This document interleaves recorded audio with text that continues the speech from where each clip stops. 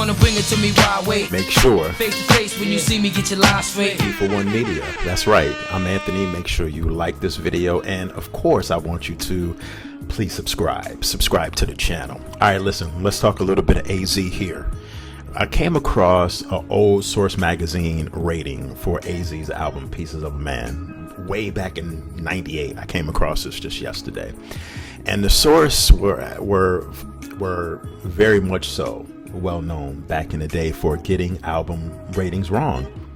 Famously, off the top of my head, if I remember correctly, the Source did not give Biggie's Ready to Die album 5 mics a classic rating in the Source, 1 through 5, 1 being horrible, 5 being, of course, a classic album. The Source did not give Wu-Tang, Enter the Wu-Tang, their first highly phenomenal quintessential album. The Source did not give that album 5 mics, a 5 mic, a classic rating. When that album came out in '93, the Source was notorious, no pun intended, for not giving albums the rating they're just due or what they deserve. So here we go, hence AZ, Pieces of a Man, AZ's second album. Comes out '98, and the Source gave this album 3 mics out of 5. Let me be clear when I say this. Pieces of a Man, out of all of the albums in AZ's discography, Pieces of a Man was one of AZ's best albums. Pretty much what the Source said in their breakdown and review is that the album was just okay. It was just average. It was not necessarily lackluster, but it didn't live up to what they thought his second album should be, coming off of his first classic album, Do or Die. They basically said that the album was just substandard. So looking back on it some 20 something years later, I can't do anything but disagree with the Source magazine.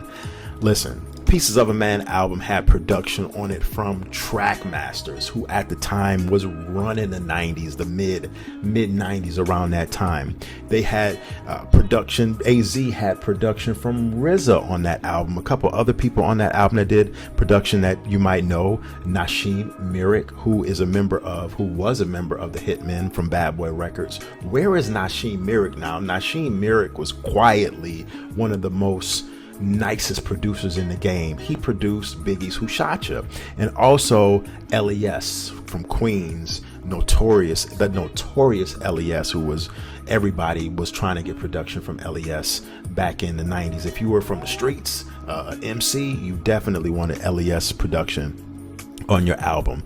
And so the Source, I don't know what, the Source was bugging. That album had classics on there like How You Livin' featuring Nas, just because that was more like the up-tempo party joint. The one song that didn't make the album, which was the lead jump-off single, was featuring SWV, Hey AZ, and that song didn't appear on the album pretty much for reasons that were never really clarified. It appeared on the import album, but not on the US version of the album. But there was a lot of different reasons why AZ's second album didn't hit as far as with the masses like it should have.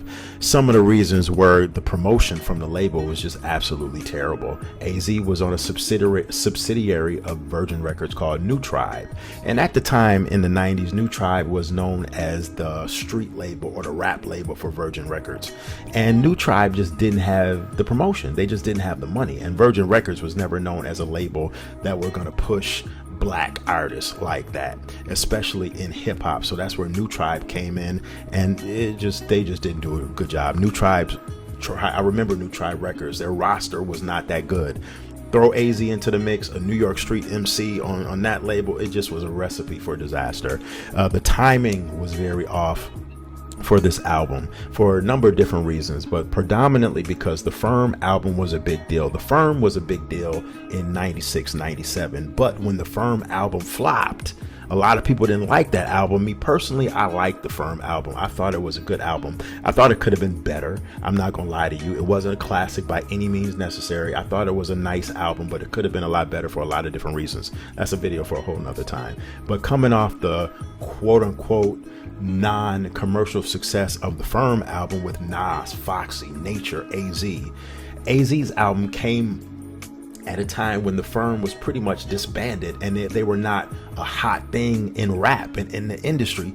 Hence why it came out in 98. This album by AZ was supposed to come out in like 97 when the Firm, they were at their peak and apex, but for a lot of different reasons it got shelved and it came out in 98, and the timing was just off because no one was really truly checking for the Firm as a group anymore. And then, you know, the lack of promotion. You can talk about how AZ really didn't get the proper setup with videos and things of that nature at the time. So there was a bunch of different reasons why this album didn't hit commercially.